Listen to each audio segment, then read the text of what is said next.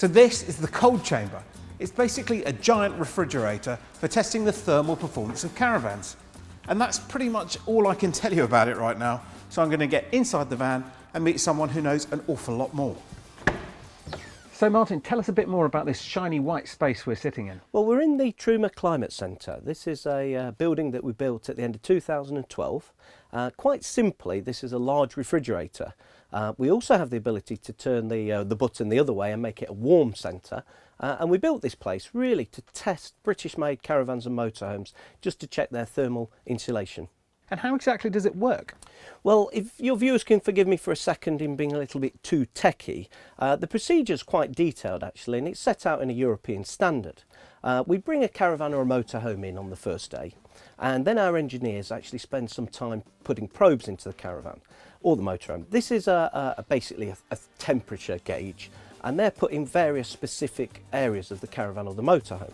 The test dictates that you should put 5 probes in there, 4 in the corners and 1 in the centre. Those probes then pass to our control room, which is linked to a computer, so the temperatures inside and outside the caravan can be monitored. At the end of the first day, we'll actually open all the caravan windows, doors, hatches, and we'll then turn the refrigerator on. The standard says we should turn it to -15, and then we cool down the caravan or the motorhome all night. It's technically known as a soak, but what that ensures is that all the areas of the caravan or the motorhome are brought down to -15 degrees. Now, bright and early the next morning, we'll actually pop in, shut all the windows, doors and hatches, and actually from our control room, which you'll see later, we can actually turn the heating on within the caravan or motorhome. Now, the test dictates that within 4 hours, we should be able to warm the interior area of the caravan or motorhome up to 20 degrees from its original setting of -15.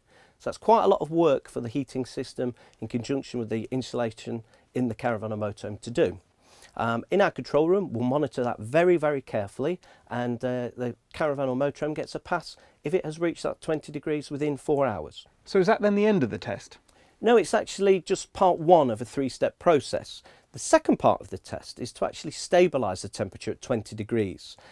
You're allowed a tolerance of plus or -2 degrees during this point, but the aim is to control the temperature rather than to keep it rising. During this period as well, we'll measure the energy used, the gas and electric, just to give a good indication of how thermally well insulated the product is.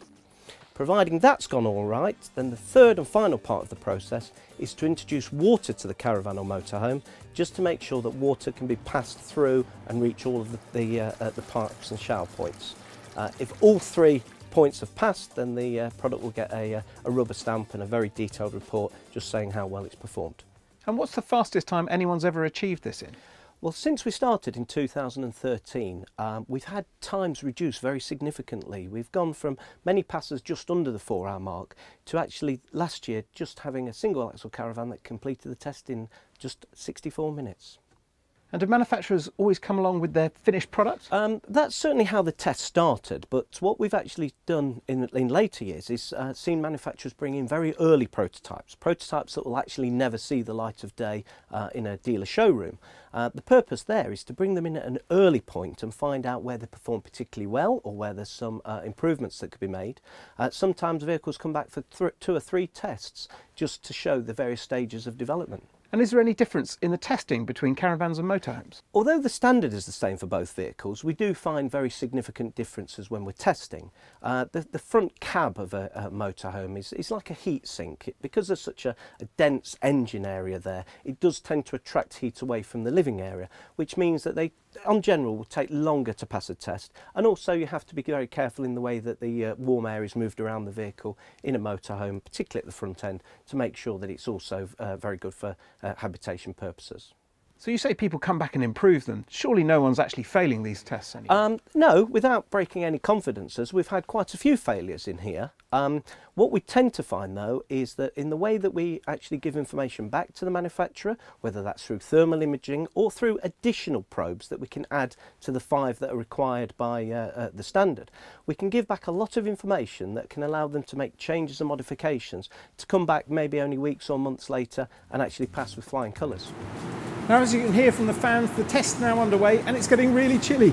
Martin mentioned earlier that one caravan passed the test in just 64 minutes, and that caravan was a Bailey Pegasus. So I'm joined by Simon from Bailey. Simon, tell me, how do you go about improving the thermal performance on your caravans? Hi Alistair, two ways we've looked to do it. With the Alitech construction, we now produce caravans with body shell panels that are about a third thicker than those used in conventional, and obviously that helps with the insulation.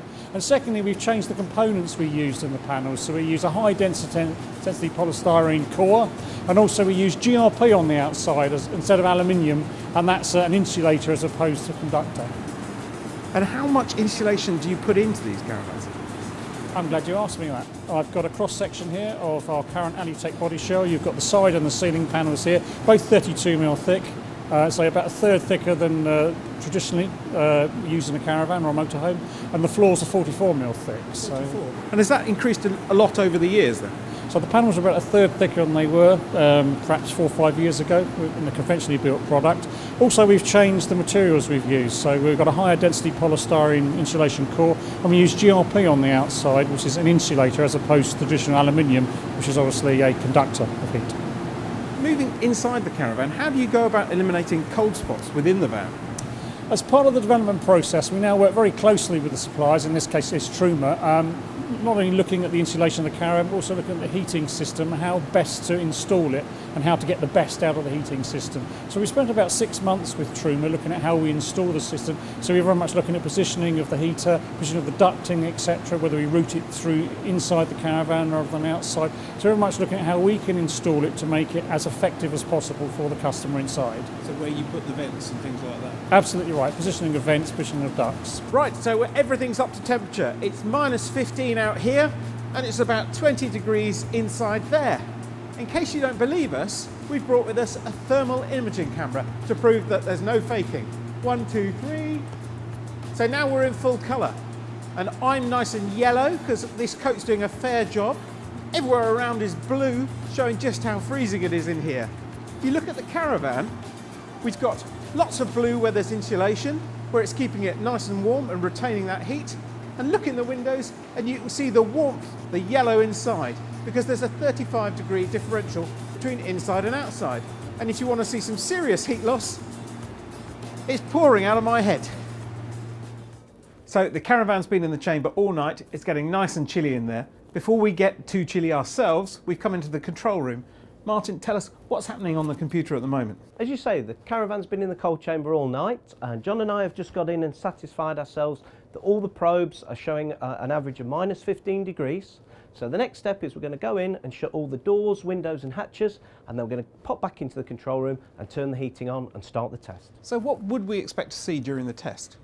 So here you see the cooling down period where the caravan probes are getting colder and colder and chilled overnight. Well, as we start the test, what we'd like to see is that the probes should start to climb in temperature from minus 15 all the way up to that magic 20 degrees, well within the time that's prescribed. So I've just stepped out from the nice cosy confines of the caravan and my nose hairs are freezing. But you can't see that, so I'm going to use a small cup of water to demonstrate just how cold it is out here. And it's just frozen against the wall. Well, I can vouch for the fact that this cold chamber is definitely cold. Martin, is that everything now? Certainly from the practical test, that's it. The van has passed with flying colours once again. Good, Normally, so can we go back to the hotel now? not quite. We thought of something slightly different, and for the first time ever, we'd have a real living test where you and I would bunk down for the night and just prove how you can spend a night, even in a refrigerator like minus 15 degrees, and still be comfortable in a nice caravan. Yeah, that sounds like a lovely idea. I'll do it, but only if Simon does it as well. He built this thing. He ought to put his money where his mouth is, really, don't you think? Great idea, great idea. Simon! Simon! Luckily for him, we found Simon. We're inside the van. The fans are on, keeping it very cool outside, and it's already starting to warm up nicely in here, which is great news because it means I don't have to wear that daft hat anymore. But the question remains, guys, what are we going to do for the rest of the evening? Good point. I'm glad you asked, Alistair. That's an outrageous plug, Simon. And I hope you've got something different to wear, Martin. That's not traditional caravanning gear. No, it's certainly not traditional caravan wear, but this is not traditional caravanning, Al. Sure I can slip into something a little bit more comfortable. I have my PJs with me, and while I'm rummaging for them, I'll see if I can find us a bottle or two to keep us warm this evening. Very civilised. Sounds like a very good idea. So what do you do in a cold caravan at night? Or actually a warm caravan in this case? Well, what else but build a Lego version of the same caravan?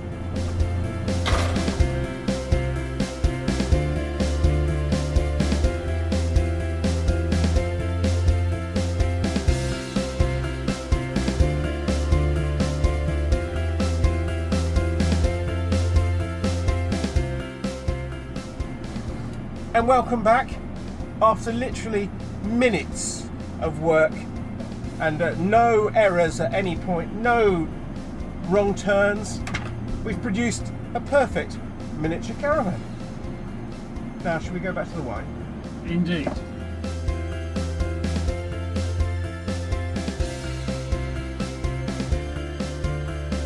So, the evening's over. It's now, what time is it, lads? It is Nearly now, 4 o'clock in the morning. Not quite, 2:45. 2:45, not too bad. So I'm going to make up my dream sleep bed and hopefully get a reasonable night's kip for the next 2 or 3 hours till it's time to start all over again.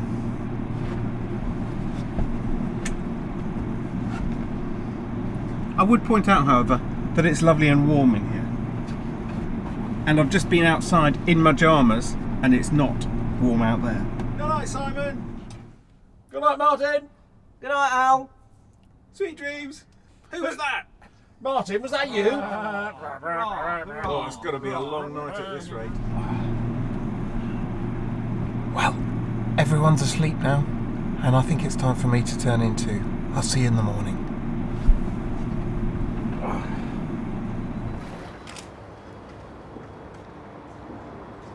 Well, good morning everyone. It hasn't exactly been the conventional caravanning holiday, but we have spent a night in a cold chamber. And what have we learnt? Well, I've learnt that modern touring caravans really are usable all year round. What about you, Martin? I learnt that grown men never tire of building things out of Lego bricks. This is true. And I learnt that I really can't play poker to save my life.